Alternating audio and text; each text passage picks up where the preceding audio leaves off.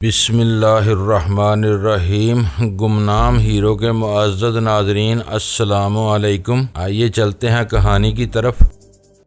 میں ڈاکٹر میکاکس تھا مگر فرہاد تھا، اور فرہاد بن کر رسونتی کے دماغ میں بھی پہنچ رہا تھا مگر رسونتی کے سامنے فرہاد نہیں تھا۔ دشمن یہ دیکھنا چاہتے تھے کہ جب ڈاکٹر میکاکس رسونتی کو لے کر جنوبی امریکہ میں سفر کرے گا تو فرہاد علی تیمور کس طرح اسے اغوا کرے گا اور کیسے صحیح سلامت امریکہ سے کہیں اور لے جائے گا۔ وہ کمبخت یہ سوچ بھی نہیں سکتے تھے کہ جس فرہاد کا وہ انتظار کر رہے ہیں وہ رسونتی کے ساتھ ساتھ ہے۔ ہم نے صبح کا ناشتہ کیا اور سفر کی تیاریاں کرنے لگے۔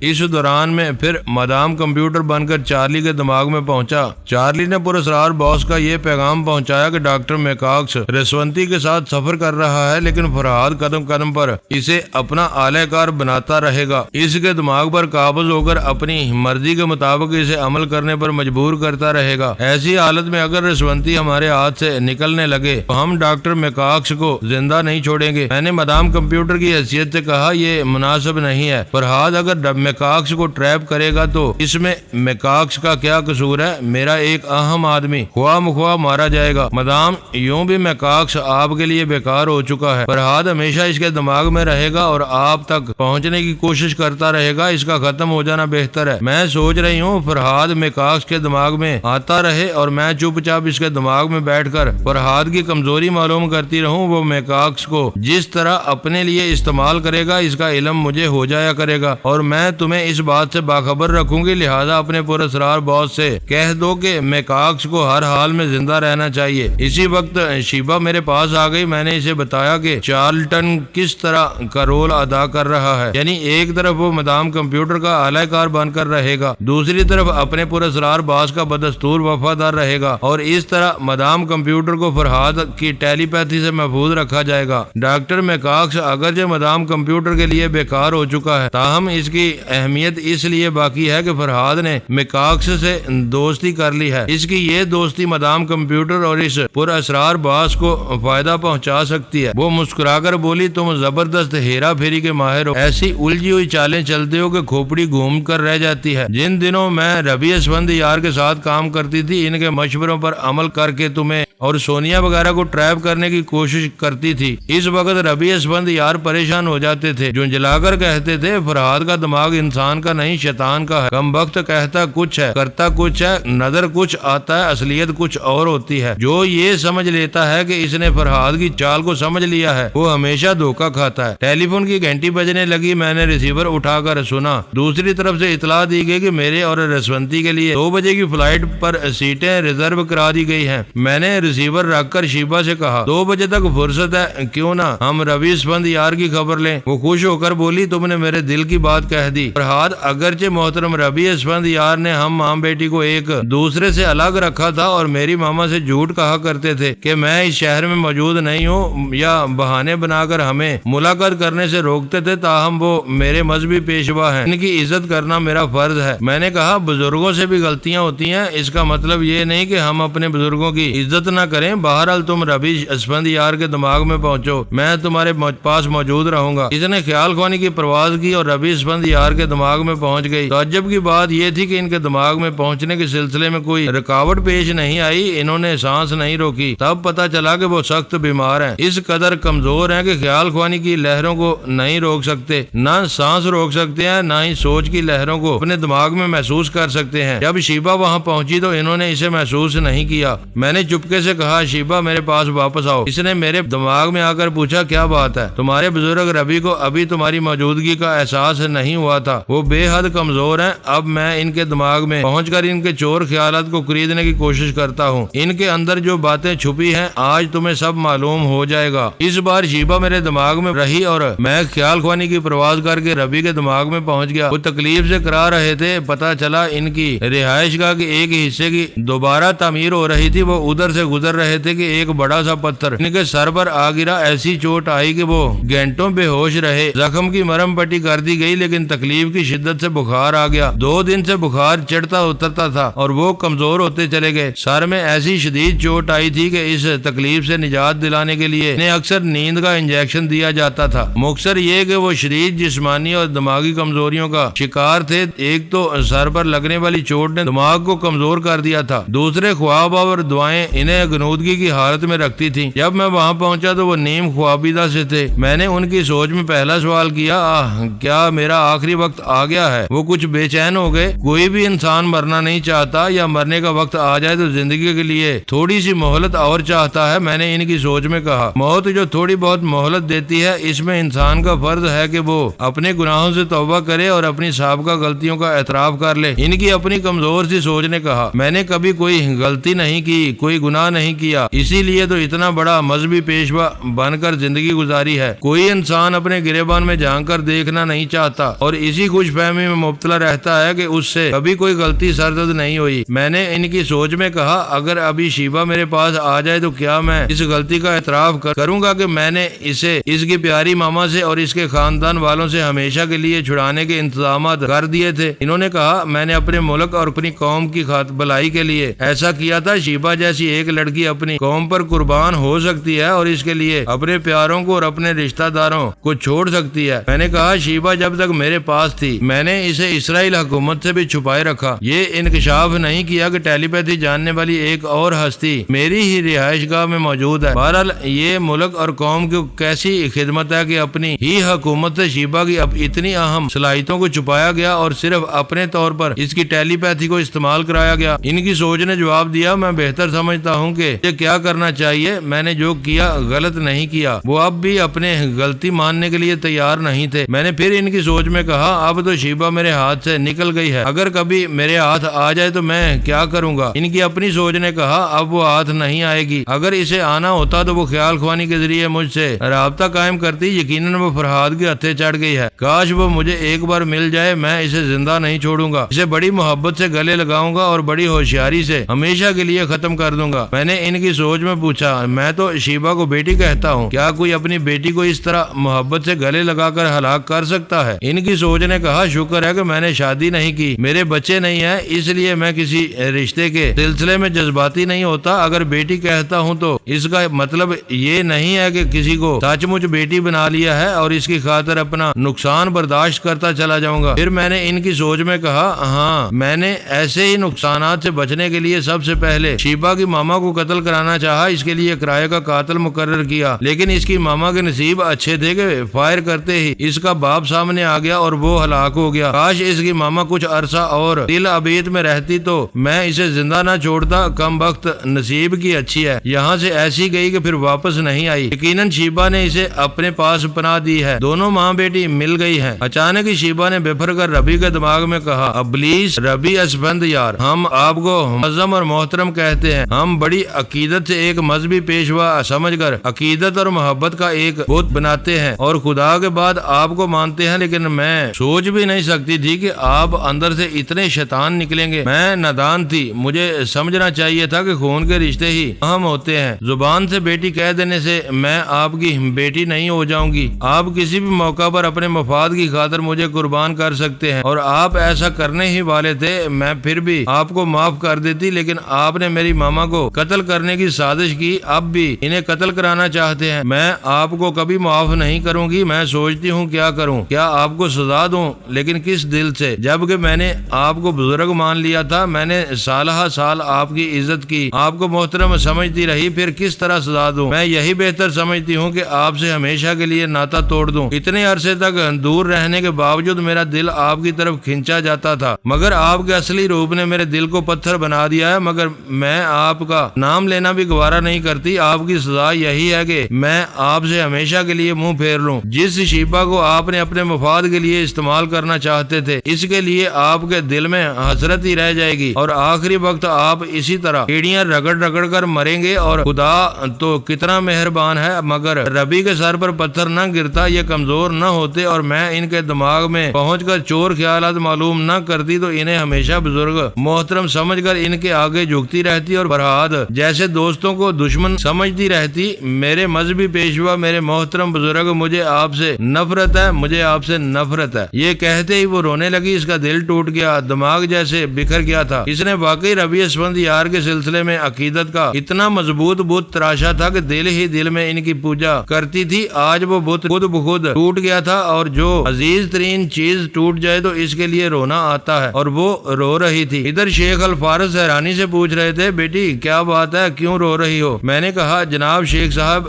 شیبہ کو ربیع اسفند یار کی اصلیت معلوم ہو گئی ہے۔ ہم دونوں نے ان کے دماغ میں پہنچ کر ان کے چور خیالات پڑھ لیے ہیں۔ آج شیبہ پر یہ انکشاف ہوا کہ ربیع نے اس کی ماما کو قتل کرنے کی سازش کی تھی۔ شیخ الفارس کو تمام باتیں معلوم ہوئی تو وہ اسے تسلیاں دینے لگے۔ اس کی ماما وہاں موجود تھی، وہ بھی بیٹی کو سمجھانے لگی۔ میں تھوڑی دیر کے لیے اپنی جگہ واپس آ گیا۔ ربیع اسفند یار کا جو جادو سر چڑھ کر بول رہا تھا وہ ایک ہی جھٹکے میں اتر گیا تھا۔ اسی بات کا شیبہ کو دکھ ہو رہا تھا، وہ رو رہی تھی۔ میں نے سوچا اندر کا غبار دھل جائے تو آنسو خود بخود خشک ہو جائیں گے، وہ سنبھل جائے گی۔ میں نے رسونتی کی طرف دیکھا، اس نے بہت دیر سے مجھے مخاطب نہیں کیا تھا اور نہ ہی مجھے اپنے ساتھ بچوں کی طرح کھیلنے کے لیے کہا تھا، مگر وہ کھیل رہی تھی۔ گڈے اور گڑیا کو پلنگ پر بٹھا دیا تھا، آس پاس دوسرے کھلونے رکھے ہوئے تھے۔ میں نے قریب آ کر پوچھا، کیا کر رہی ہو؟ وہ سنجیدگی سے بولی، گڑیا اب جوان ہو گئی ہے نا، اس کی شادی کر رہی ہوں، گڈا بھی گھر میں موجود ہے، پھر دیر نہیں کرنا چاہیے۔ میں نے سوچا اچھا ہے، یہ کھلونوں سے بہلتی رہے، میں جب تک ضروری خیال خوانی کر لوں۔ میں وہاں سے اٹھنا چاہتا تھا، اس نے میرا ہاتھ پکڑ لیا، کہنے لگی، کہاں جا رہے ہو؟ کیا اتنے سارے شادی کے انتظامات میں اکیلی کروں گی؟ پہلے یہاں بیٹھو۔ میں اسے سمجھا بجھا کر اپنے کام سے لگنا چاہتا تھا، مگر وہ ضدی بچے کی طرح مچل گئی۔ مجبوراً میں اس کے ساتھ کھیلنے لگا۔ بڑا عجیب سا لگ رہا تھا۔ فرحات علی تیمور بچوں کی طرح کھلونوں سے کھیل رہا تھا اور اپنی شریک حیات کو بہلا رہا تھا۔ بہرحال جلد ہی شادی ہو گئی، گڑیا کو دلہن بنایا گیا، گڈا دولہا بن گیا۔ میں نے کہا، اب شادی ہو گئی، مجھے جانے دو۔ اس نے کہا، ارے واہ، ابھی تو یہ دونوں یہاں سوئیں گے۔ یہ کہہ کر اس نے گڑیا اور گڈے کو پلنگ پر ایک طرف سلا دیا، پھر ایک دم سے چونک کر مجھے دیکھنے لگی۔ اس کے دیکھنے کا انداز ایسا تھا کہ میں کبھی گڈے اور گڑیا کو دیکھ رہا تھا اور کبھی اسے۔ حالانکہ اس کا ذہن بچکانا تھا، لیکن جیسا وقت وہ میرے ساتھ گزار چکی تھی، اس کا اثر اس کے دماغ پر تھا۔ وہ زندگی کے عجیب دوراہے پر تھی۔ ایک بچی اچانک بالغ ہو گئی تھی، اور جو بالغ تھی وہ بچی بن گئی تھی۔ نہ وہ بچی تھی نہ جوان تھی، مگر ہاں دشمنوں کے لیے ذہنی طور پر بچی تھی، میرے لیے بھرپور شریک یاد۔ گڑیا اور گڈا پلنگ پر لیٹے رہ گئے کیونکہ وہ بے جان تھے۔ پھر انہیں اٹھا کر بیگ میں رکھ لیا اور ہم روانگی کے لیے تیار ہو گئے۔ اس سے پہلے میں نے جناب شیخ الفارس سے رابطہ قائم کیا، پھر کہا، پچھلی رات میں نے اور شیبہ نے دی کلر کے دماغ میں پہنچ کر جو چال چلی تھی، اس کے نتیجے میں یہی سمجھتے ہیں کہ دی کلر سیدھا میری طرف آ رہا ہے۔ وہ تو خیریت ہوئی کہ ساتھ والے کمرے میں جارج باڈی بلڈر تھا اور ہم نے اسی کے لب و لہجے میں دی کلر کو چھیڑا تھا۔ بہرحال میری طرف آنے والا وہ طوفان رخ بدل کر جان کی طرف چلا گیا تھا۔ اگر وہ میری طرف آتا اور مجھ سے مقابلہ ہوتا تو کیا ہوتا؟ شیخ الفارس نے کہا، ہاں سوچ سمجھ کر اسے چھیڑنا چاہیے تھا، پہلے دی کلر کی اسٹڈی کرنا ضروری ہے، اسی لیے میں نے آپ کو زحمت دی ہے۔ اس کی اصلیت اور اس کا دماغی آپریشن کا راز جاپانی ڈاکٹر باقی 2 سے معلوم ہو سکتا ہے۔ تم چاہتے ہو کہ ہمارے آدمی جاپان جا کر اس ڈاکٹر کو گھیریں اور کسی طرح اغوا کر کے لے آئیں؟ اس کی ضرورت نہیں ہے۔ آپ کا صرف ایک آدمی جو جاپان میں رہتا ہے، وہ ڈاکٹر باقی 2 سے کسی بہانے ملاقات کرے۔ میں اس آدمی کے ذریعے ڈاکٹر کے دماغ میں پہنچ جاؤں گا، اس کے بعد اس سے نمٹ لوں گا۔ شیخ الفارس نے مسکرا کر کہا، تم سے بات کرتے وقت کبھی کبھی بھول جاتا ہوں کہ ٹیلی پیتھی کی مدد سے ایک پیچیدہ مسئلہ کتنی آسانی سے حل ہو جاتا ہے۔ میں ابھی جاپان میں اپنے آدمی سے رابطہ قائم کرتا ہوں، تم آدھے گھنٹے بعد مجھ سے وہاں کے متعلق معلومات حاصل کر لینا۔ میں نے ان سے رابطہ ختم کر دیا۔ 1:20 ہوٹل کے مینیجر نے آ کر سلام کیا اور بتایا کہ ہمارے لیے گاڑی آ گئی ہے۔ پورٹر نے ہمارا سامان اٹھایا، ہم اس کمرے سے نکل کر جانے لگے۔ دوسرے کمرے کے سامنے سے گزرتے وقت میں نے دروازے کی طرف دیکھا، پچھلی رات دی کلر نے وہاں شگاف ڈال دیا تھا، بعد میں اسے توڑ دیا تھا، اب وہاں دوسرا دروازہ بدل دیا گیا تھا۔ مجھے پھر دی کلر یاد آ گیا، پتہ نہیں کیوں وہ مجھے کانٹے کی طرح کھٹک رہا تھا۔ اتنا تو میں جانتا تھا کہ جنوبی امریکہ میں رسونتی کے ساتھ سفر کرنے کے دوران وہ میرے راستے میں رکاوٹیں بنتا رہے گا۔ میں رسونتی کے ساتھ نکل کر ہوٹل سے باہر آیا، ہمارے لیے کار کی پچھلی سیٹ کا دروازہ کھولا گیا، ہم وہاں بیٹھ گئے، پھر گاڑی سٹارٹ ہو کر آگے بڑھی۔ میں نے شیبہ کو مخاطب کیا اور بتایا، ایئرپورٹ جا رہا ہوں۔ میں نے جناب شیخ الفارس سے کہا ہے کہ وہ جاپان زبان میں ڈاکٹر واقی ٹو کا محاسبہ کریں. اگر ہمارا کوئی آدمی واقی ٹو سے گفتگو کرے تو تم بھی اس آدمی کے ذریعے جاپانی ڈاکٹر کے دماغ میں پہنچنے کی کوشش کرنا. بائی دی وے تم ابھی کیا کر رہی ہو؟ جارج باڈی بلڈر کے ذریعے ہم اس کے جس آدمی تک پہنچے تھے میں اس کے دماغ میں جانا چاہتی ہوں. اب وہ باڈی بلڈر تو پورا اسرار باس کی قید میں اذیتیں برداشت کر رہا ہوگا. میں نے مسکراتے ہوئے کہا شیبا ابھی ہمارے ساتھ رہ کر بہت کچھ سیکھنا ہے. اتنی دیر بعد کوئی بات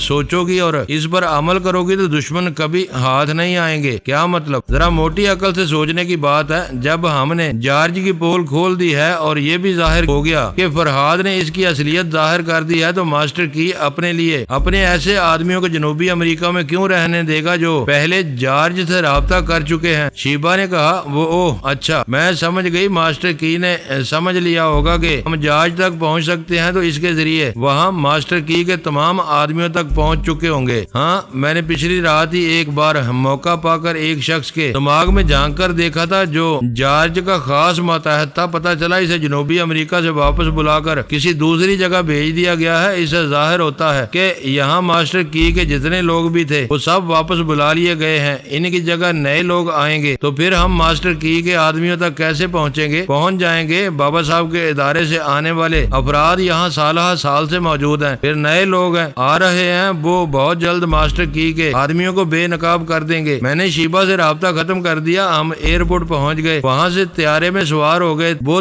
مسافر بردار طیارہ تھا. وہاں سے کولمبیا، پھر کولمبیا سے برازیل اور برازیل سے چلی کی بندرگاہ تک جانے والا تھا. میں رسونتی کے ساتھ کولمبیا تک جا رہا تھا. میں نے اپنی سیٹ تک پہنچنے سے پہلے آس پاس کے مسافروں کو گہری نظروں سے دیکھا. سیٹ پر بیٹھنے تک بھی ہر مسافر کو تاڑنے کی کوشش کی لیکن سمجھ میں نہیں آ رہا تھا کہ ان میں کتنے مسافر پراسرار شخص سے تعلق رکھتے ہیں اور ماسٹر کی نے کتنے آدمیوں کو مسافر بنا کر بھیجا ہوا ہے. جب جہاز پرواز کرتا ہوا کافی بلندی پر پہنچ گیا تو میں نے سیفٹی بیلٹ کھول دیا. اسی وقت شیبا نے مجھے مخاطب کیا. فرہاد ہمارا ایک آدمی جاپان میں ڈاکٹر واقی ٹو سے رابطہ قائم کرنے والا ہے. تم شیخ الفارس سے رابطہ قائم کرو. میں نے ان سے رابطہ قائم کیا. انہوں نے فوراً ہی ایک ریکارڈر آن کر کے ایک شخص کی آواز سنائی. میں آواز سنتے اس کے دماغ میں پہنچ گیا. وہ جاپان کے شہر ٹوکیو میں تھا. میرے مخاطب کرنے پر اٹھ کر کھڑا ہو گیا. ادب سے بولا جناب میں ابھی ٹیلی فون کے ذریعے ڈاکٹر واقی ٹو سے گفتگو کرنے کی کوشش کرتا ہوں لیکن ایک قباحت ہے. میں نے پوچھا وہ کیا؟ واقی ٹو جاپانی زبان سے والہانہ لگاؤ ہے. وہ اسی زبان میں گفتگو کرتا ہے. آپ اس کے دماغ میں کیسے پہنچ سکیں گے؟ فکر نہ کرو میں جاپانی جانتا ہوں. اس نے ریسیور اٹھایا اور واقی ٹو کے نمبر ڈائل کرنے لگا. تھوڑی دیر بعد دوسری طرف سے ایک سریلی سی آواز سنائی دی. وہ جاپانی زبان میں پوچھ رہی تھی فرمائیے. ہمارے آدمی نے کہا میں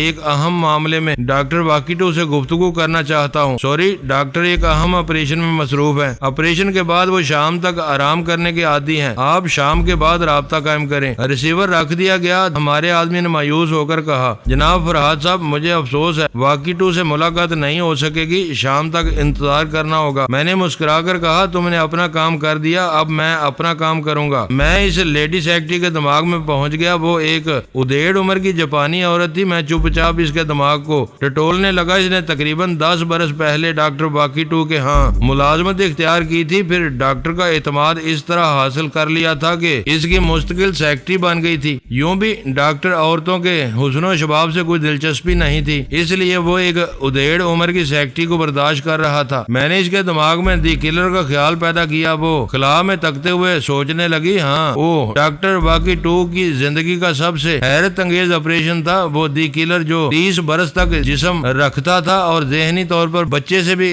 گیا گزرا تھا. اسے دنیا کے کسی ڈاکٹر نے ذہنی طور پر بیدار نہیں کیا تھا. یہ کارنامہ ہمارے ڈاکٹر نے انجام دیا. میں نے لیڈی ڈاکٹر کا دھیان حیرت انگیز آپریشن کی طرف منتقل کیا. سوچنے لگی یہ آپریشن بڑی رازداری میں کیا گیا تھا. ڈاکٹر نے مجھ سے کہا تھا کہ میں بھی اس آپریشن کے متعلق اسے کوئی سوال نہ کروں. آپریشن کے سلسلے میں جو اہم کاغذات تھے ڈاکٹر انہیں پرسنل بریف کیس میں رکھتا تھا. آپریشن ہونے کے بعد انہیں ذاتی لاکر میں رکھ دیا تھا. پھر مجھے پتا چلا جب دی کلر کو یہاں سے الاسکا روانہ کیا گیا تو وہ اہم کاغذات بھی اس کے ساتھ روانہ کر دیے گئے. لیڈی ڈاکٹر کی سوچ سے پتا چل رہا تھا کہ میں اس کے ذریعے ان اہم کاغذات تک بھی نہیں پہنچ سکوں گا کیونکہ وہ ڈاکٹر واقی ٹو کے پاس نہیں رہے تھے. اگر ہوتے تو میں اس کی غیر موجودگی میں لیڈی سیکرٹری کو ٹریپ کر کے ان کاغذات تک پہنچا دیتا. بہرحال اب مجھے مجھے ڈاکٹر کا انتظار کرنا تھا۔ میں نے اس کے متعلق معلومات حاصل کرنے کے لیے لیڈی سیکرٹری کے دماغ کو خریدنا شروع کیا۔ وہ سوچنے لگی، دوسرے لفظوں میں مجھے بتانے لگی کہ وہ بہت غصہ ور ہے، مغرور ہے، کسی کو خاطر میں نہیں لاتا، اگر کوئی اس سے ملاقات کرنے آئے تو 2 منٹ سے زیادہ کا وقت نہیں دیتا۔ وہ بظاہر انسان ہے مگر عادتوں کے لحاظ سے کتا ہے، کیونکہ اس کی زندگی خطرناک کتوں میں گزری ہے۔ وہ ہر صبح درجنوں کتوں کے ساتھ ایک کھلے میدان میں جاتا ہے اور ان کے ساتھ دوڑ لگاتا ہے، اس کے بعد کسی درخت کے سائے میں پلیتھی مار کر بیٹھ جاتا ہے، شمال کی طرف رک کر کے آنکھیں بند کر لیتا ہے، پتہ نہیں کیا کرتا ہے۔ لیڈی سیکرٹری کی یہ سوچ پڑھ کر میں چونک گیا۔ بات سمجھ میں آ گئی، ڈاکٹر واقعی یوگا کا ماہر ہے، میں اس کے دماغ میں نہیں پہنچ سکوں گا۔ میں نے شیبہ کے دماغ میں پہنچ کر وہاں کے حالات بتائے۔ اس نے سننے کے بعد کہا، فرہاد ہو سکتا ہے تمہارا اندازہ غلط ہو اور وہ یوگا کا ماہر نہ ہو۔ شیبہ، میں نے اور تم نے جس انداز میں ٹیلی پیتھی کی مشقیں کی ہیں ان میں بھی یہ عمل ہوتا ہے، شمال کی طرف رخ کر کے آنکھیں بند کر کے اپنے دھیان کو ایک مرکز پر رکھنا پڑتا ہے۔ یوگا کی مشق کرنے والے اور ٹیلی پیتھی کی مشق کرنے والوں کے درمیان فرق یہ ہوتا ہے کہ ہمارے سامنے موم بتی کی لو روشن ہوتی ہے یا پھر ہم کسی نشان پر اپنی نگاہیں مرکوز کر لیتے ہیں۔ یوگا کے ماہر صرف سانس روک کر مشق کرتے ہیں۔ وہ قائل ہو گئی۔ میں نے کہا، اگر ہم اس بات کی تصدیق کے لیے ڈاکٹر باقیٹو کے دماغ میں جانا چاہیں گے تو وہ محتاط ہو کر سانس روک لے گا اور یہ سمجھ لے گا کہ فرہاد یا مدام کمپیوٹر اس کے دماغ تک پہنچنے کی کوشش کر رہے ہیں۔ یہ بات اس پراسرار شخص تک پہنچے گی تو وہ بھی سمجھ لے گا کہ ہم دی کلر کے دماغی آپریشن کے راز تک پہنچنا چاہتے ہیں۔ دانش مندی یہ ہے کہ بھی ڈاکٹر باقیٹو کو نہ چھیڑا جائے۔ میں نے ڈاکٹر باقیٹو کے متعلق جو معلومات حاصل کی ہیں تم انہیں جناب شیخ الفارس تک پہنچا دو۔ چلی گئی۔ تھوڑی دیر بعد اس نے کہا، جناب شیخ الفارس تم سے باتیں کرنا چاہتے ہیں۔ میں نے ان سے رابطہ کیا۔ انہوں نے کہا، فرہاد میں نے جو پلاننگ کی ہے اسے میں ذرا وضاحت سے تمہیں بتانا چاہتا ہوں۔ یہ تمہیں تسلیم کرنا چاہیے کہ اب ڈاکٹر میکاکس کا کردار ذرا غیر اہم سا ہو گیا ہے۔ اگر ایسا نہ ہوتا تو تمہاری جگہ چارلی نہ آتا۔ پراسرار شخص کسی بھی بہانے تمہیں اپنے آدمیوں کے ذریعے ٹھکانے لگا سکتا ہے، اس لیے ہم چاہتے ہیں کہ تم میکاکس کا رول ادا نہ کرو۔ اگر میں ایسا نہ کروں اور کوئی دوسرا روپ اختیار کر لوں تو یہاں رسونتی کے ساتھ کون رہے گا؟ کیا پراسرار شخص کو اور ماسٹر کی کو یہ شبہ نہیں ہوگا کہ اب تک فرہاد رسونتی کے ساتھ تھا اور طرح طرح کی چالیں چل کر انہیں بے وقوف بنا رہا تھا؟ آئندہ وہ اور زیادہ محتاط ہو جائیں گے۔ جناب شیخ الفارس نے کہا، ایسا نہیں ہوگا۔ ہمارے ہاں سے ایک پلاسٹک سرجری کا ماہر وہاں پہنچنے ہی والا ہے۔ ہمارا ایک آدمی ہمیشہ ڈاکٹر میکاکس کے روپ میں رہے گا۔ جب بھی ضرورت سمجھی جائے گی وہ تمہاری جگہ لے لے گا۔ اس کے بعد تم کون سا رول ادا کرو گے اس کے متعلق ہم نے سوچ لیا ہے۔ اگر سننا چاہو تو تفصیل بتاتا ہوں۔ میں نے کہا، ابھی کیا ضرورت ہے، جب وقت آئے گا تو دیکھا جائے گا۔ میں جانتا ہوں آپ جو کریں گے میری بھلائی کے لیے کریں گے۔ طیارے میں ہمارے لیے لنچ فراہم کیا جا رہا تھا۔ میں رسونتی کے ساتھ کھانے لگا۔ وہ کھانے کے دوران بچکانہ پن کرتی جاتی تھی اور میں اسے سمجھاتا جاتا تھا۔ اس دوران ایک اسٹیورڈ نے آ کر پوچھا، جناب اور کچھ چاہیے؟ میں نے انکار کیا۔ اس نے آہستگی سے کہا، میں ہوں آپ کا خادم۔ یہ کہہ کر وہ چلا گیا۔ مجھے اس کا انداز عجیب سا لگا۔ میں نے فوراً ہی اس کے دماغ میں چھلانگ لگائی۔ جلد ہی پتہ چل گیا کہ وہ بابا صاحب کے ادارے سے تعلق رکھتا ہے، اس ایئر لائن میں پچھلے 2 برس سے ملازمت کر رہا ہے۔ میں نے کہا، ہیلو مسٹر خادم، میں نے تمہارے خیالات پڑھ لیے ہیں، کوئی اہم رپورٹ؟ جی ہاں، کولمبیا پہنچ کر میں ٹیلی فون کے ذریعے ایک شخص سے رابطہ قائم کروں گا۔ آپ میرے ذریعے اس کے دماغ میں پہنچ جائیے، وہ اہم اطلاعات فراہم کرے گا۔ میں نے کہا، اچھی بات ہے۔ اس کے ساتھ ہی اس سے رابطہ ٹوٹ گیا کیونکہ رسونتی مجھے مخاطب کر رہی تھی۔ میں نے پوچھا، کیا ہے؟ اس نے کہا، میں کھا چکی ہوں، اب چائے پیو گی یا کافی؟ اب ہم کھیلیں گے۔ کیا کھیلیں گے؟ اس نے اپنے بیگ میں سے گڑیا اور گڈے کو نکالا۔ میں نے جھینپ کر چاروں طرف دیکھا، پھر آہستگی سے کہا، انہیں بیگ میں رکھو، یہ کھیل یہاں نہیں کھیلتے۔ کیوں نہیں کھیلتے؟ تمہیں کیسے سمجھاؤں؟ تم دیکھ رہی ہو یہاں اتنے مسافر بیٹھے ہیں، کیا ان میں سے کوئی گڑیا اور گڈے کا کھیل کھیل رہا ہے؟ بھائی یہ سب جیسے جوان اور سمجھدار ہیں، اسی طرح تم بھی جوان ہو، سمجھدار ہو۔ اگر کوئی بات سمجھ میں نہیں آئی ہے تو میں سمجھاتا ہوں۔ تم تو بہت اچھی ہو، بہت سمجھدار ہو، ہے نا؟ جب میں نے اسے بہلایا پھسلایا، اس نے گڑیا اور گڈے کو پھر بیگ میں رکھ دیا۔ میں نے کہا، تمہارا کافی پینا مناسب نہیں ہے، آرام سے ٹیک لگا کر بیٹھ جاؤ۔ وہ میری ہدایت پر عمل کرنے لگی۔ میں نے آہستہ آہستہ اس کے دماغ کو تھپکنا شروع کیا تاکہ وہ ذرا نیند پوری کر لے۔ میں نے اس کے لیے 2 گھنٹے کا وقت مقرر کیا اور وہ آرام سے سو گئی۔ میں نے گھڑی دیکھی، 3:40 ہوئے تھے۔ کافی کی پیالی اٹھا کر ایک ہلکی سی چسکی لی، پھر خیال خوانی کی پرواز کرتا ہوا دی کلر کے دماغ میں پہنچ گیا۔ وہاں پہنچتے ہی محسوس ہوا جیسے کسی بچے کے دماغ میں پہنچ گیا ہوں۔ بالکل سوچ سے خالی اجلا اجلا سا ذہن تھا، جیسے روشنی کی دھند دماغ میں پھیلی ہو۔ وہ بچہ کچھ نہ سمجھتا ہو مگر سمجھنے کی کوشش کر رہا ہو۔ مجھے اسی لمحے اس کے دماغ میں سنسناہٹ سی محسوس ہوئی۔ پھر جیسے اس کا دماغ بجنے لگا، ٹک ٹک ٹک ٹک ٹک ٹک۔ ابھی میں کچھ سمجھنے بھی نہیں پایا تھا کہ وہ 30 برس کا بچہ رونے لگا، جیسے ننھے بچے سے نیند سے چونک کر اٹھتے ہیں اور رونے لگتے ہیں۔ دی کلر کی آنکھیں کھل گئیں۔ وہ ہاتھ پاؤں ہلا کر رو رہا تھا۔ رونے کی آواز بالکل بچوں جیسی تھی، واں واں واں۔ میں حیرانی سے اس کے دماغ میں رہ کر اس کی حرکت کو دیکھ رہا تھا۔ اسی وقت ایک نرس کی آواز آئی، ارے یہ رو رہا ہے۔ میں نے دی کلر کے دماغ سے چھلانگ لگائی اور نرس کے دماغ میں پہنچ گیا۔ وہ سوچ رہی تھی یہ تو نیند کے دوران کبھی دودھ نہیں مانگتا ہے اور نہ ہی عام بچوں کی طرح روتا ہے، شاید کوئی خواب دیکھ کر چونک گیا ہے۔ کیسے بے ڈنگے پن سے رو رہا ہے، اسے چپ کرانے کے لیے فیڈر دینا ہی ہوگا۔ اس نے ایک فیڈر میں دودھ تیار کیا اور اس کی چوسنی دی کلر کے منہ سے لگا دی۔ میں شدید حیرانی سے نرس کے دماغ میں رہ کر سوچ رہا تھا اور دی کلر کو دیکھ رہا تھا۔ کیا یہ وہی خطرناک فولادی انسان ہے جو ایک گونسا مارتا ہے اور شیشم کے دروازے میں شگاف ڈال دیتا ہے اور ایک دھکے میں اس دروازے کو توڑ کر رکھ دیتا ہے؟ کیا یہی 7 فٹ کا جوان ہے جس کے ہاتھ غیر معمولی طور پر لمبے ہیں، جس کے ہاتھوں کو اور اس کی جسامت کو دیکھ کر لوگ سہم جاتے ہیں؟ کیا یہ وہی ہے جو اب ننھے سے بچے کی طرح رو رہا ہے؟ مگر نہیں، اب وہ چپ ہو گیا تھا، چپ چاپ فیڈر سے دودھ پی رہا تھا۔ مگر یہ بھی چند سیکنڈ کی بات تھی۔ میرے دیکھتے ہی دیکھتے دی کلر حیرت انگیز تبدیلیاں آ رہی تھی۔ اچانک اس کے منہ سے فیڈر گر گیا۔ وہ ہڑبڑا کر اٹھ بیٹھا، دونوں ہاتھوں سے اپنے سر کو تھام کر پوچھنے لگا، کون تھا؟ میرے دماغ میں کون تھا؟ پھر اس نے انکار میں سر ہلا کر کہا، کوئی بھی نہیں تھا۔ میں اس کے دماغ میں پہنچنا چاہتا تھا، پھر میں نے اپنے آپ کو روکا۔ ایک دم سے یہ خیال پیدا ہوا کہ دی کلر کو 20-25 سیکنڈ بعد یہ احساس کیوں ہوا کہ کوئی اس کے دماغ میں آیا تھا۔ میرا خیال یہ پیدا ہوا کہ دی کلر یوگا کا ماہر نہیں تھا۔ وہ بے شک غیر معمولی دماغی قوت رکھتا تھا اور ہماری طرف سے پہنچائے جانے والے جھٹکوں کو فوراً ہی برداشت کر لیتا تھا۔ پھر جب وہ یوگا کا ماہر نہیں تھا تو اسے کیسے محسوس ہو رہا ہے کہ نیند کے دوران کوئی خیال خوانی کے ذریعے اس کے دماغ میں آیا تھا؟ اس سوال کے جواب میں ایک ہی بات سمجھ میں آتی تھی اور وہ یہ کہ نہ تو وہ یوگا کا ماہر ہے اور نہ ہی بالغ ذہن رکھتا ہے۔ کوئی ایسا شخص اس کے پیچھے ہے جو اسے فوراً خبردار کرتا ہے کہ کوئی اس کے دماغ میں آیا ہے اور دوسرے معاملات بھی اس کی رہنمائی کرتا ہے۔ پھر ایک سوال پیدا ہوا، اگر کوئی شخص اس کی پشت پر ہے اور اس کی رہنمائی کرتا ہے تو کیا دماغ میں پہنچ کر رہنمائی کرتا ہے؟ کیا دماغ میں رہنمائی کرنے والا ٹیلی پیتھی جانتا ہے؟ نہیں، میں یہ ماننے کے لیے تیار نہیں تھا۔ اگر کوئی شخص ٹیلی پیتھی جانتا ہے اور دی کلر کے دماغ میں آ کر اسے گائیڈ کرتا ہے تو 20-25 سیکنڈ بعد اسے کیسے علم ہوا کہ کوئی خیال خوانی کے ذریعے دی کلر کے دماغ میں آیا تھا؟ اسے کیسے اطلاع ملی؟ پچھلی رات جب میں اور شیبا اس کے دماغ میں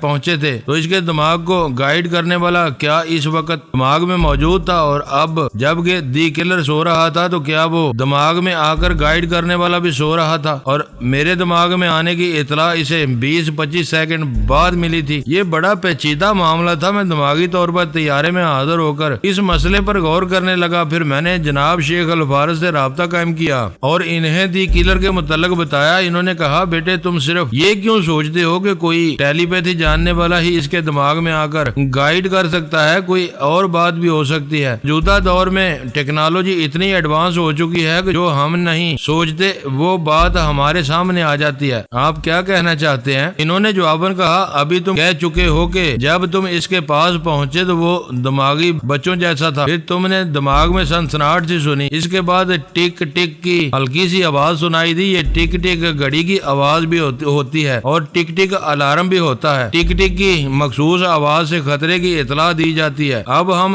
جدید ٹیکنالوجی کو پیش نظر رکھ کر اس کے دماغ کے متعلق سوچتے ہیں۔ تم ذرا سوچو تو یہ ناممکن نہیں ہے انسان کے دماغ کو کمپیوٹرائزڈ کیا جا سکتا ہے۔ میں نے شدید حیرانی سے کہا، او خدایا، یہ آپ کیا کہہ رہے ہیں؟ تم نے جتنی معلومات فراہم کی ہیں ان کی روشنی میں کہہ رہا ہوں، جب پہلی بار تم نے اور شیبا نے دی کلر کے دماغ میں جگہ بنائی تو اس نے سانس نہیں روکی کیونکہ وہ یوگا کا ماہر نہیں تھا، لیکن تمہارے وہاں پہنچ گئی وہ چونک گیا تھا۔ اس کا مطلب یہ ہے کہ اس حساس کمپیوٹر نے اطلاع دی تھی کہ پرائی سوچ کی لہریں دماغ میں ہیں۔ میں نے قائل ہو کر سر ہلایا۔ انہوں نے کہا، اب دی کلر کے دوسرے عمل کی طرف آؤ۔ جب شیبا نے جارج باڈی بلڈر کی آواز اور اس کے لب و لہجے میں اس سے گفتگو کی تو کمپیوٹر نے اس کی رہنمائی کی، اسے بتایا کہ جارج ہوٹل ہانی مون کے 4تھے فلور پر فلاں کمرے میں ہے، اور کمپیوٹر کے گائیڈ کرنے پر وہ ادھر دوڑتا چلا گیا۔ وہ بڑے ٹھوس دلائل دے رہے تھے۔ انہوں نے کہا، دی کلر کے دماغ کو کمپیوٹر گائیڈ کرتا ہو یا نہ کرتا ہو، ہمیں کمپیوٹر کے متعلق سوچنا چاہیے۔ کیا آپ یہ کہنا چاہتے ہیں کہ ایک انسان کے دماغ میں کمپیوٹر لگایا گیا ہے؟ میں یہ نہیں کہتا کہ دی کلر کی کھوپڑی میں سالم کمپیوٹر لگایا گیا ہوگا۔ میرا خیال ہے کہ اس کے دماغ کے ساتھ صرف کمپیوٹر کا ریسیور لگایا گیا ہے، اس سے بہت دور کہیں ایک بڑا سا کمپیوٹر جو اسے خطرے سے آگاہ کرتا ہے، اسے ایک ایک حرکت پر اور ایک ایک سوچ پر اور ایک ایک بول پر اس طرح آمادہ کرتا ہے جس طرح دماغ ہماری زبان کو کھولنے پر اور ہمارے ہاتھ پاؤں کو حرکت کرنے پر آمادہ کرتا ہے۔ یعنی دی کلر کے دماغ میں صرف ریسیونگ پوائنٹ ہے، وہ کمپیوٹر کے احکامات وصول کرتا ہے اور ان پر عمل کرتا ہے، اپنی بات کمپیوٹر تک نہیں پہنچا سکتا۔ انہوں نے مسکراتے ہوئے کہا، وہ اپنی کون سی بات کمپیوٹر تک پہنچائے گا جبکہ وہ ننھا سا بچہ ہے؟ تم نے اپنی آنکھوں سے دیکھا ہے، جب تم اس کے خوابیدہ دماغ میں پہنچے تو وہ بچوں کی طرح چونک کر اٹھ گیا تھا اور رونے لگا تھا۔ فیڈر میں دودھ دینے کے بعد وہ چپ ہو گیا تھا۔ یعنی دی کلر کے پاس صرف ایک ننھے سے بچے کا ذہن ہے، اس کی اپنی کوئی سوچ نہیں ہے، وہ کمپیوٹر تک اپنی کوئی بات نہیں پہنچا سکتا۔ البتہ ٹیلی پیتھی کے خطرے کے پیش نظر دی کلر کے سر میں جو ریسیونگ پوائنٹ ہے، اسے اتنا حساس بنایا گیا ہے کہ پرائی سوچ کی لہروں کو محسوس کرتے ہی دوسری طرف خطرے کا سگنل پہنچاتا ہے۔ میں نے کہا، ایک بات غور طلب ہے، کمپیوٹر کا وہ ریسیور پوائنٹ یقیناً کسی دانت کا ہوگا۔ کیا انسانی کھوپڑی اپنے اندر کسی دانت کو برداشت کر سکتی ہے؟ انہوں نے کہا، کوئی ضروری نہیں ہے کہ کمپیوٹر کسی دانت کا ہو، کسی بھی جاندار کی ہڈیوں کو تراش کر ایک ننھا سا ریسیونگ پوائنٹ بنایا جا سکتا ہے اور وہ کسی کھوپڑی کی مناسبت سے تیار کیا جا سکتا ہے، جیسا کہ ڈاکٹر باقی ٹو نے کیا ہوگا۔ میری یہ بات اس مثال سے سمجھ لو کہ جسم کا کوئی عیب پلاسٹک سرجری کے ذریعے چھپا دیا جاتا ہے۔ بے شک آپریشن تھیٹر میں سرجری کے دوران پلاسٹک کے ریشے استعمال ہوتے ہیں، لیکن اب یہ بات پرانی ہو چکی ہے۔ اب تو جدید تحقیقات کے مطابق مردہ خانوں سے مردوں سے حاصل کی ہوئی کھالیں زندہ انسانوں کے جسم کی مناسبت سے سرجری کے ذریعے لگائی جاتی ہیں اور ان کے جسمانی عیب دور کیے جاتے ہیں۔ تم نے کئی بار اپنے چہرے پر ایسی سرجری کرائی ہے۔ بہرحال یہ ایک لمبی بحث ہے، آنے والا وقت بتائے گا کہ ہم کس حد تک صحیح سمت میں سوچ رہے ہیں۔ فی الحال ہمیں اس بات پر قائم رہنا چاہیے کہ دی کلر کو کمپیوٹر کے ذریعے گائیڈ کیا جا رہا ہے۔ معزز ناظرین، لائک کریں، شیئر کریں اور کمنٹس باکس میں پاک آرمی زندہ باد، پاکستان پائندہ باد کا نعرہ ضرور درج کر کے اپنے ملک پر فخر کریں اور پاکستان کی بنیادیں مضبوط کرنے میں اپنا کردار ادا کریں۔ ویڈیو دیکھنے کا شکریہ۔ معزز ناظرین، اپنا خیال رکھیے گا اور ہمارے چینل کا بھی۔ ISI پاک آرمی زندہ باد، پاکستان پائندہ باد۔